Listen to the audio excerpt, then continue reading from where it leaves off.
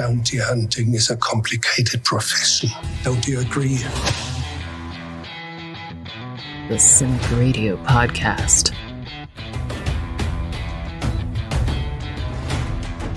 Hi, I'm Chad L. Coleman, Tyrese from The Walking Dead, and Cuddy from The Wire, and you are listening to the Cynic Radio Podcast. Here your host, Cynic.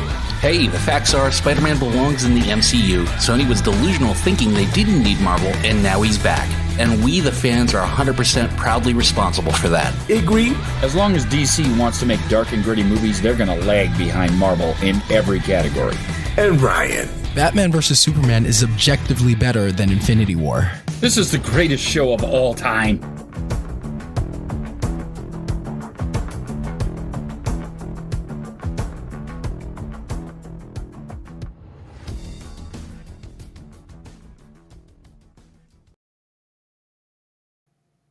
Hey now, everybody, and this is episode 173 of the Cynic Radio Podcast, and I'm your co-host, Cynic.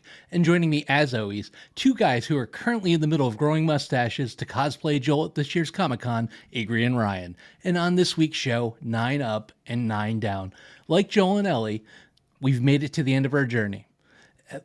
But it's time now to break it all down. I mean, episode 9, The Last of Us, Look to the Light. It left us with so many moralistic questions, but I mean, what would you have done in Joel's boot?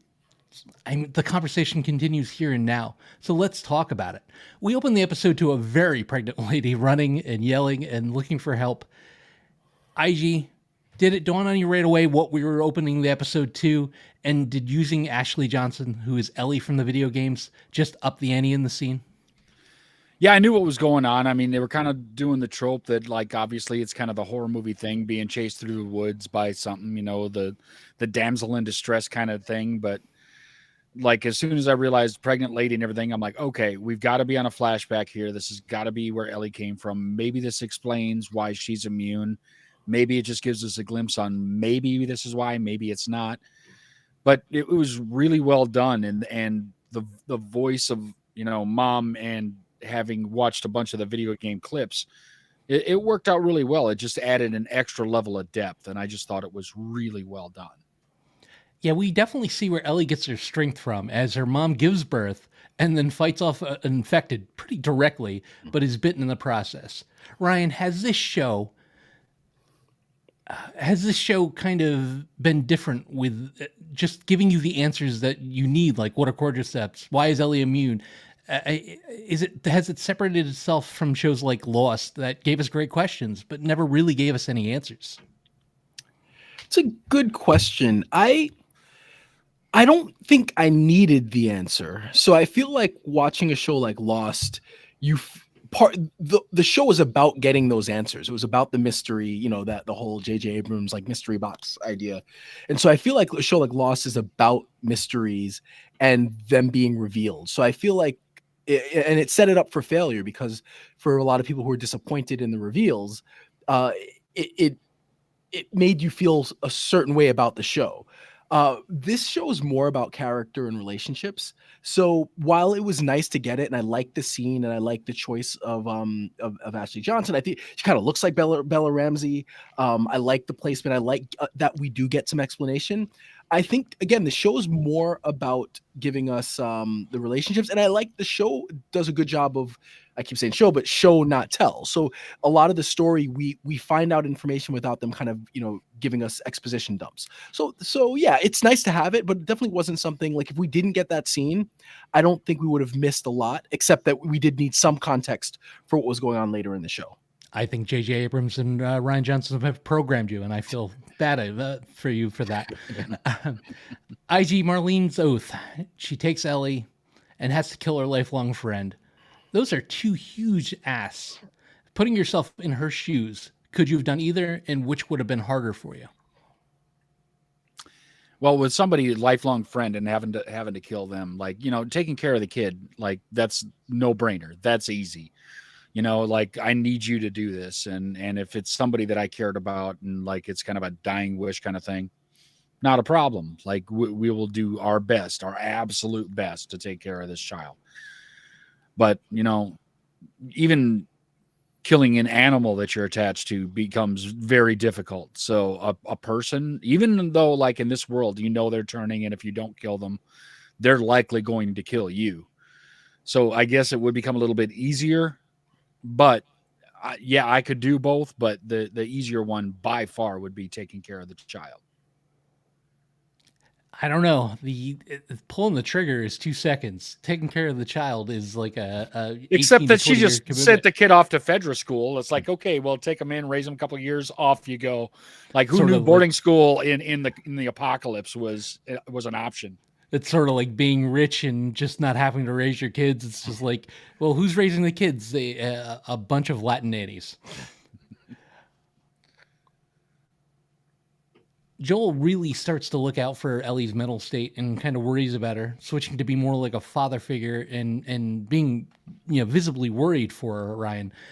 And I mean, you're a step parent. You have a lot of pets, some pets with issues. What is it about the human condition that once we let something in, everything changes? Something or someone, I mean, like a new romantic relationship, you can go from ghosting somebody to not being able to be without them, or learning to love a pet that maybe you didn't want to start, but once you bring them into your life and you start to care about them, like there is no turning back. I mean, I think you said it. Like there is that thing where once you do, I think it's human. It's part of being human. What I like about this, and it's me again, kind of playing pop, pseudo psychologist, is I do feel like a lot of this is wrapped around Joel and his, like we've talked about before, his sense of failure for losing Sarah and trying to fill a void that was left by her. So I think a lot of it, and I think he does, his performance and the way the show's written does a really good job of kind of portraying that, that somebody who's lost, as much as you can lose in life, and who's lost as much as you can lose in life, and I think is afraid to lose it again, which is part of why I think he was so reluctant to build a relationship with Ellie. And then at some point when those walls break, I think you see like he completely changes. I think in episode 8 does a good job of showing him crossing that line over into like, okay, no, she's mine, she's my child. I am her protector.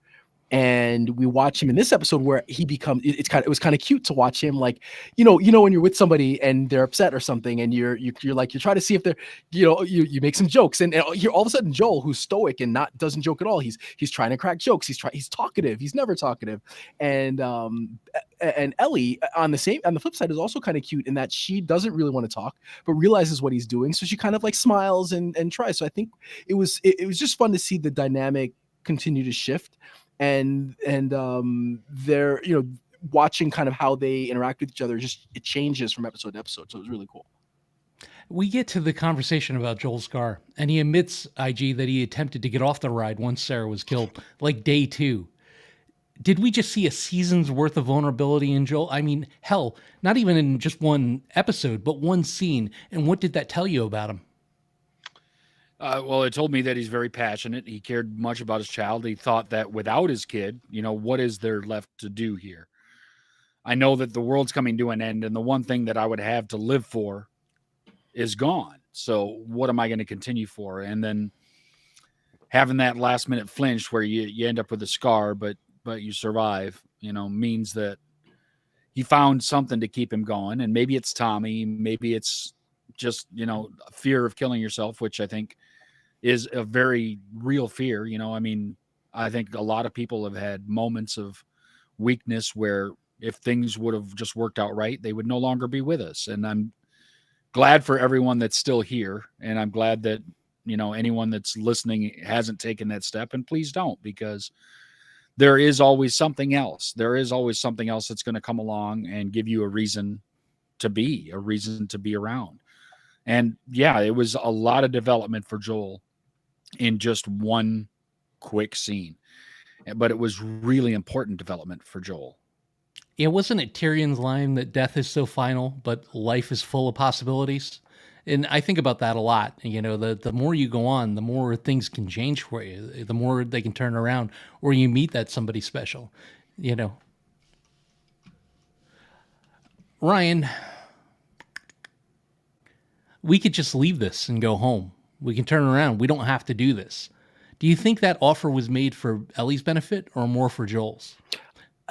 So a lot of this, the way I read everything a lot of what we've seen in the show, I think my bigger critique of the season is that we don't get enough time of Joel and Ellie to maybe buy his really. I mean, I buy that he's got an affection for her, but I think we need a little bit more. So my read of a lot of it is it's very much selfish. And so I think at this point, a lot of it is that I think he's found somebody to latch onto, right? He had Sarah, then he had Tommy, and now he's got Ellie. And so I think he's switched over to a point where he can't lose her. I think that's the mindset he's in. And so, yeah, I think that's him realizing, if we continue on, it's going to be unsafe. I could lose you, but we go back to Tommy. We're good. We're safe. We're with the community. So yeah, I think it was more for him than her. I think she's strong as we all see. And yeah, I definitely agree that was the purpose for it. I mean, there wasn't a chance that either one of them could turn back. They have to see it through at this point. Joel maybe just to save Ellie, but I think that he's the type of guy that doesn't leave things unfinished throughout the time that we've seen him. And Ellie definitely. I disagree. I think if Ellie says, yeah, you know what, I want safety, I think that she turns around in a heartbeat. IG, the giraffe encounter, unexpected beauty. You would hope that would still remain in the world regardless of what was going on. But putting yourself in their situation, like the giraffes did for Ellie, what animal would come along that would kind of give you hope? Ooh, that's tough because I mean, I almost wonder like how the giraffes didn't get infected. I mean, I guess they don't need a lot of pancakes or things like that, so maybe the lack of flour and fungus and things like that. But they're tall, but are they tall enough to withstand like a bloater or something like that is huge and powerful? So I wonder sometimes how things like that are even doing that. And obviously birds can live because they can just fly away from everything. So like I wouldn't pick a bird, but it'd have to be something like a giraffe where they're very generally gentle. They're plant eaters.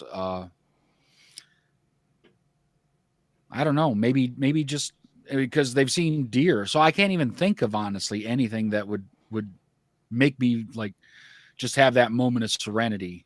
But they shot it perfectly in the show, and to see how it was just thriving out there without man's interference, that was really interesting. It really was. It just makes you wonder how they lived through the winter, but I enjoyed that scene, and it came directly from the game, and they played it off perfectly. It just kind of took you out of it all and showed you that there is still beauty in this very cold world. And if we understand the infected like we think we do, they don't attack out of hunger like zombies in The Walking Dead. They attack to reinfect. So maybe, maybe infecting the giraffes wasn't possible or not something that they would look to do. Joel and Ellie get captured. Marlene lets Joel live, even though she owes him everything. Ryan, did you think it was probably a mistake on her part from the word go? Once she saw there was a connection between these two, I mean, if you're Marlene, would you let Joel walk out that door? No, if I'm going to nitpick some of the logic, which the show generally has been pretty good as far as logic and kind of consistency and stuff, that would be my nitpick. If you're Marlene, you've got the most valuable, body. Well, there's a few things I have because I don't think they would go through that process right away because you have the most valuable body on the planet, right? In Ellie, as far as the only person who's immune. You would think that they would do other experiments and tests on her before the one that's so invasive that it could kill her. So I do feel like there was a little bit of a rush to go through that process because if she dies, that's your specimen, you're done. On the flip side, yeah, she knows what Joel's capable of. You wouldn't risk it. You leave him in the cell, or you wait until it's done to tell him anything. I don't see why on earth she would have done that. Like tell him and then let him go with 2 guards. Like, come on, that was just idiotic. So yeah, I did not understand that choice. All right, because the show had to. Is that the how show had to happen? I mean, you could have come up with they could have come up with something. Is that how it happens in the game? Yes. Okay. Yeah, it's pretty much how it happens in the game. She tells him this is what's going to happen. He's like, oh, she's not going to live through this. And the next thing you know, he's breaking out and tearing the place apart. So let's get to the meat of it, Bull. This is kind of the main event. Joel chooses Ellie over a cure or over a potential cure. This is a question and a debate that's been going on for decades. So, IJ, I'm going to go to you first. Let's talk about it. Was Joel wrong, or do you agree with what he did? You know, I could go both ways. I mean, especially because they're going so deep, so fast right away, just like Ryan said. You're not even willing to try some other stuff first. We're going straight to the end game here. Come on. Like, there could be so many different ways. I mean, if you look at even medicine now, like the amount of things that they can do, and now granted, the amount of technology and internet and everything else isn't available to them. But that doesn't mean that they don't have someone smart enough to learn how to extract some stem cells or do something else to try 100 other things before going to the nuclear option. So being in Joel's shoes, knowing that they're going straight to the end, thinking that somehow is going to get them there. And when you have one sample and you're going to burn it up in one grandiose hope of making it work, yeah, I think Joel made the right decision, because there's probably someone else somewhere else that might be able to try 2 other things before killing the sample, you know, at something, instead of going straight for the jugular. So while I see trying to do everything you can to save all of humanity, I think that the choice they were making to save all of humanity was a poorly designed one. So Joel is right. And since this season is over, but the series is not. So there's still hope that we can discover some kind of way to fight off Cordyceps in the long run using Ellie. So I think, yes, in the long run, it's the best decision. Ryan? It's a both end, right, kind of decision. I think at the end of the day, you're choosing a person's life over, you know, possibly saving humanity and saving hundreds of thousands, who knows what's left in the world, but let's say millions of lives that you save by if you can find a cure. So let's say if we grant that killing her is going to find a cure, then I think it's a no-brainer that if we look at it objectively, it's a no-brainer that you sacrifice the one person for everyone. I mean, with the amount of people that Joel and everybody in this world has murdered over the course of just the 9 episodes we've gotten, sacrificing one person to save everybody else is easy math. So there's no doubt that I think the right decision is to allow this to happen. Again, if we assume that doing this is going to cure everybody, which granted is not the case. That being said, if you ask any parent or anyone who deeply cares about somebody, who's not going to make that decision? So you make it a personal thing. Who's not going to make that? If it's your kids or your wife or your husband or whatever, like very few people, if they're capable of it, are not going to save them. And so, yes, you do put the needs of an individual and your own needs ahead of the needs of the many, but nobody could blame him. The only area where I think there is a point against Joel making that choice is that, what would Ellie have wanted? And I think that is a legitimate question, that Ellie is supposed to have agency. And so by doing that, he's taken that agency away. Now, Marlene did as well, because Marlene didn't give her the choice. She didn't tell her this is what we're going to do. But if Ellie makes the choice that if Ellie should have had the ability to make that choice. And so I do think that that's the one strike kind of against Joel. Yeah, Cassie absolutely agrees with you here, and I do too. My wife brought up a great point that, they never really consulted with Ellie on this. They snatched her up and sedated her, and that's kind of a problem, But they wouldn't have gave her a choice anyway. Like, this is what's going to happen. You're going to forfeit your life for the rest of the humanity in the hopes that we can get this done. And I can't say, if you say that you don't agree with what Joel did, you've never loved anybody. Because if you've ever actually truly loved anybody, you're not going to just walk away from that hospital knowing that they're going to be sacrificed, regardless of what the circumstances are. So I kind of agree with what Joel did, even though it's short-sighted and will never restart society. But look at the state society is in now. I mean, do we really need to restart it? maybe a virus or an end of the world problem could be I don't think Thanos was wrong at the end of the day. All right. So we've gotten a couple comments about this, so we're going to get to it now. And it's about Joel's lie. All right. Joel, he lies. And, things went sideways. They had to call it off. The hospital was attacked. But then he doubled down and swore to it.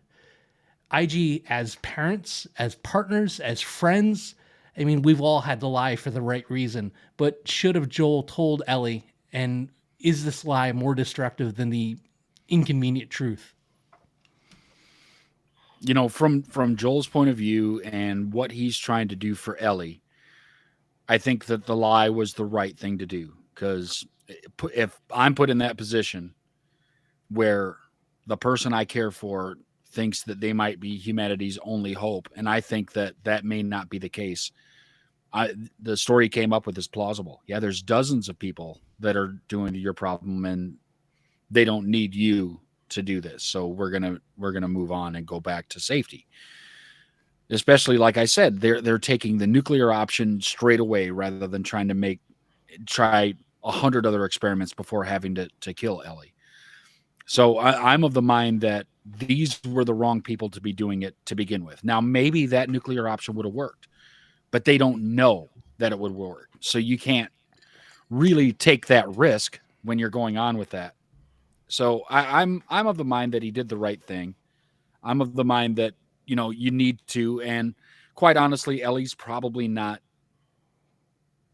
had enough experience in life to understand if he had told her the truth. Ryan? So that's the ultimate tragedy of the show. Like, this show, it beat us down. And I think what's brilliant about the show is we got that between the end of last episode and that really beautiful moment between Joel and Ellie, prior to getting captured by the Fireflies, we get the high point of their relationship. I think Joel gets everything he wants. He has his daughter back. And again, this is why my read on this is Joel completely being just selfish and terrified of losing what he had. And so I think at the end, the right decision would have been to tell her the truth. I think if he loves her, he cares for her, she cares for him, she loves him, he tells her the truth, it's going to hurt in the moment, and then they'll get over it and they'll figure it out and they'll move forward together. I think by not telling her, by withholding something so deep, I don't know where things go or how things end up, but I can't imagine that down the road she doesn't find out. And I think that would be a huge rip in their relationship. So I think that you got, like, Joel's gotta, he should have told her. But again, this is ultimately why I think this story, in addition to it being about their developing relationship, I think he's being extremely selfish because he's terrified of losing someone again.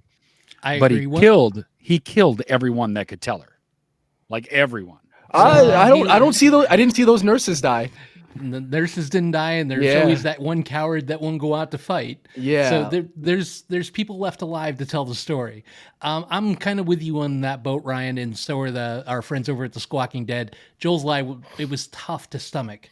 It was tough because not only did I grow to love this character, but I respected him so much. And for him to take the easy way out and go, yeah, I swear. Yeah. I mean, that was rough for me. He takes a heel turn. He takes, like, the last 15 minutes of the show, he turns heel. Like, he's a villain. Like, there's we're sympathetic, but he's become a villain at the end of this episode. There's no way around it. IG, thinking back to Ellie's line, "I will follow you anywhere." She hears the lie. She accepts the lie, but it looks like maybe slightly reluctantly, and Bella Ramsey even kind of confirms that. I mean, did she believe him, or was it easier for her to swallow it in the moment than the fact that he might have just doomed humanity? I think she probably already knows the truth. She knows that, that she's been around for a while, and she knows what's going on with her, right? That she's infected, but doesn't turn. She's seen a lot of people. She's seen a lot of things in the world. I mean, she's young, but she's seen a lot because she's been around through almost the entire time that this has been happening in the world. Hasn't come across one other thing like her. So I think that she knows. and that maybe she's saying okay because she knows why Joel is doing what he's doing, that Joel cares so deeply for her that he's willing to forsake everything to keep her around. Because even when he tried to dump her back in Jackson and tried to let her go with his brother and go a different way because he thought it would be safer for her, he still gave her the option and she chose him. So, well, now he's choosing her, and, to forsake all of humanity, to try something else, to see what else may happen out in the world. They're in it to win it together.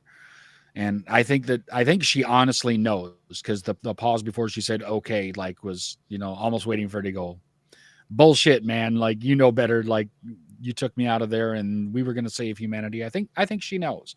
So why not? Like, they're together, and until they're not, which I understand is some kind of thing that happens in the second game that I won't get into, but like they end up not together eventually. I haven't played it yet. I just watched a video that told me what happens.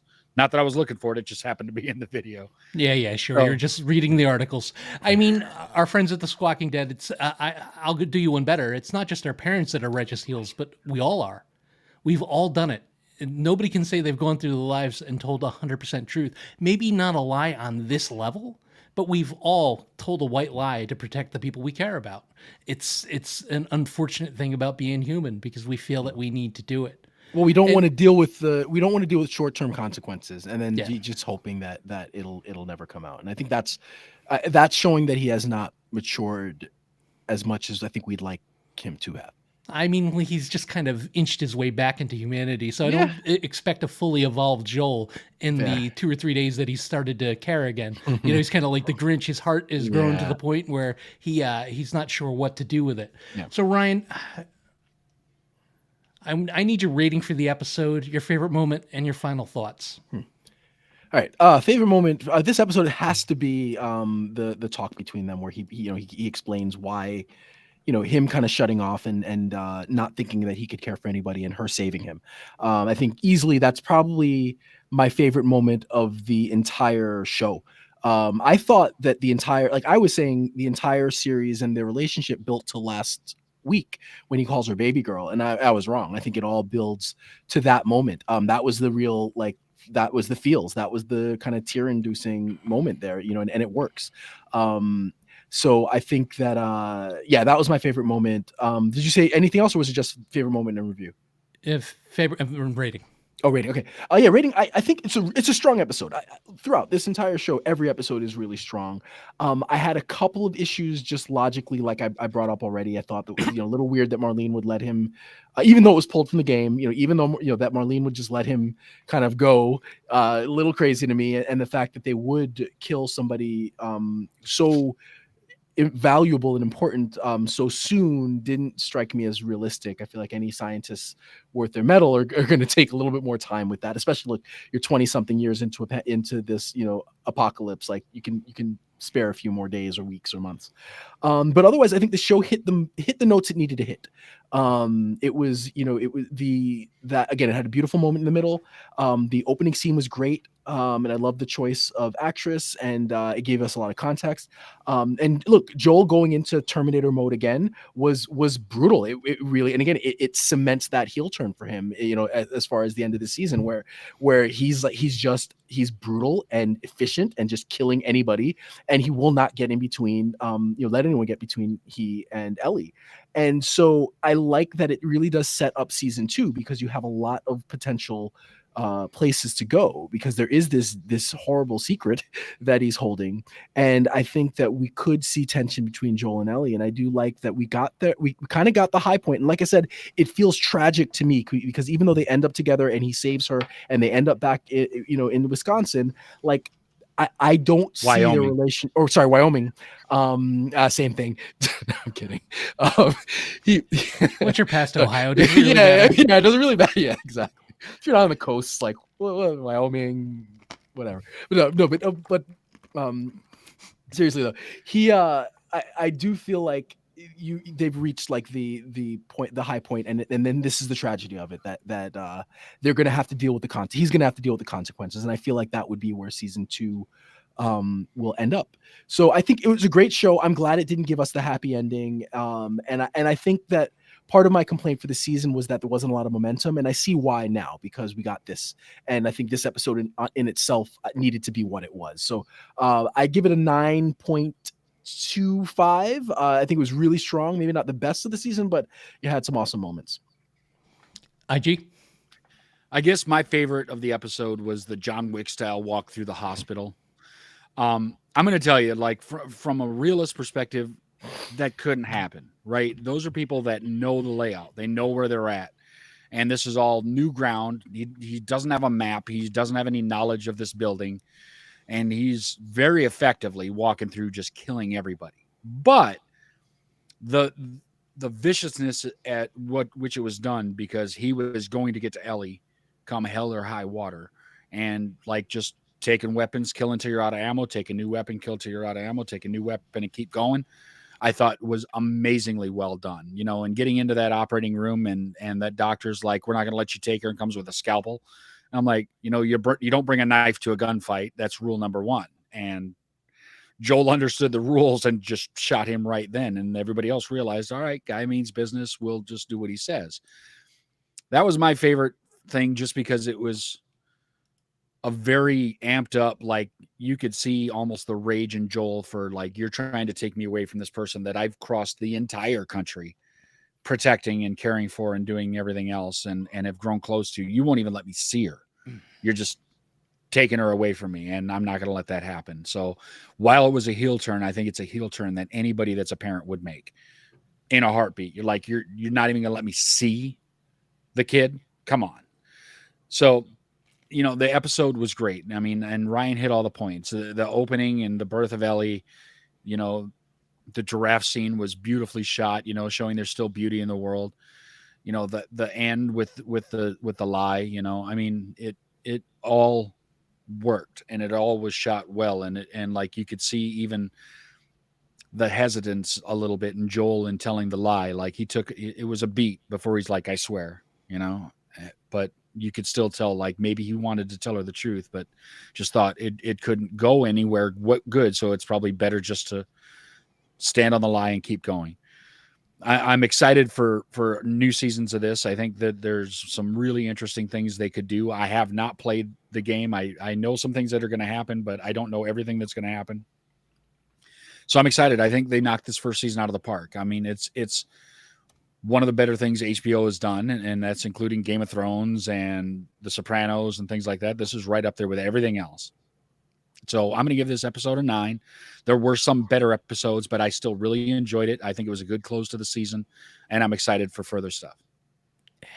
Guys, I mean, we're at the end of this, and I don't want it to be over.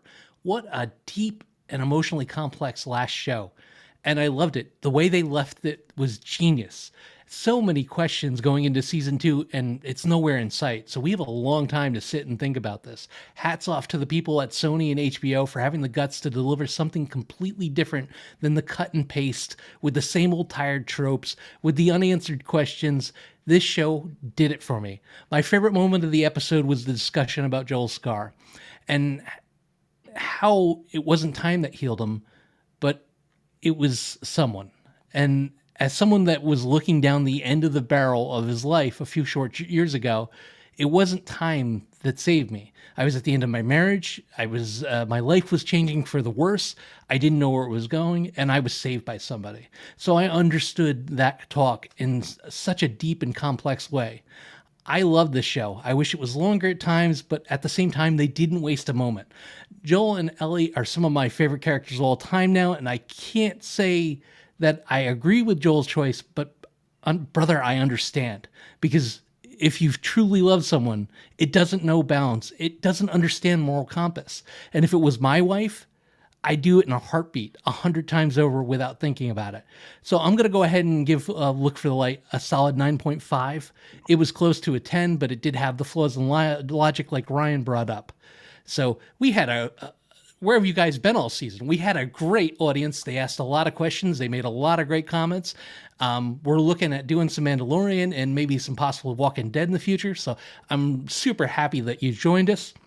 And that about does it, kids, for another episode of the Cynic Radio Podcast. I'd like to thank my friends Ryan and IG. And, you can find us on all the socials at Cynic Radio. Any questions, comments, or concerns, you can email us at cynicradio@gmail.com. And we will be back next week with episode 2 and 3 of The Mandalorian. And IG, don't get captured.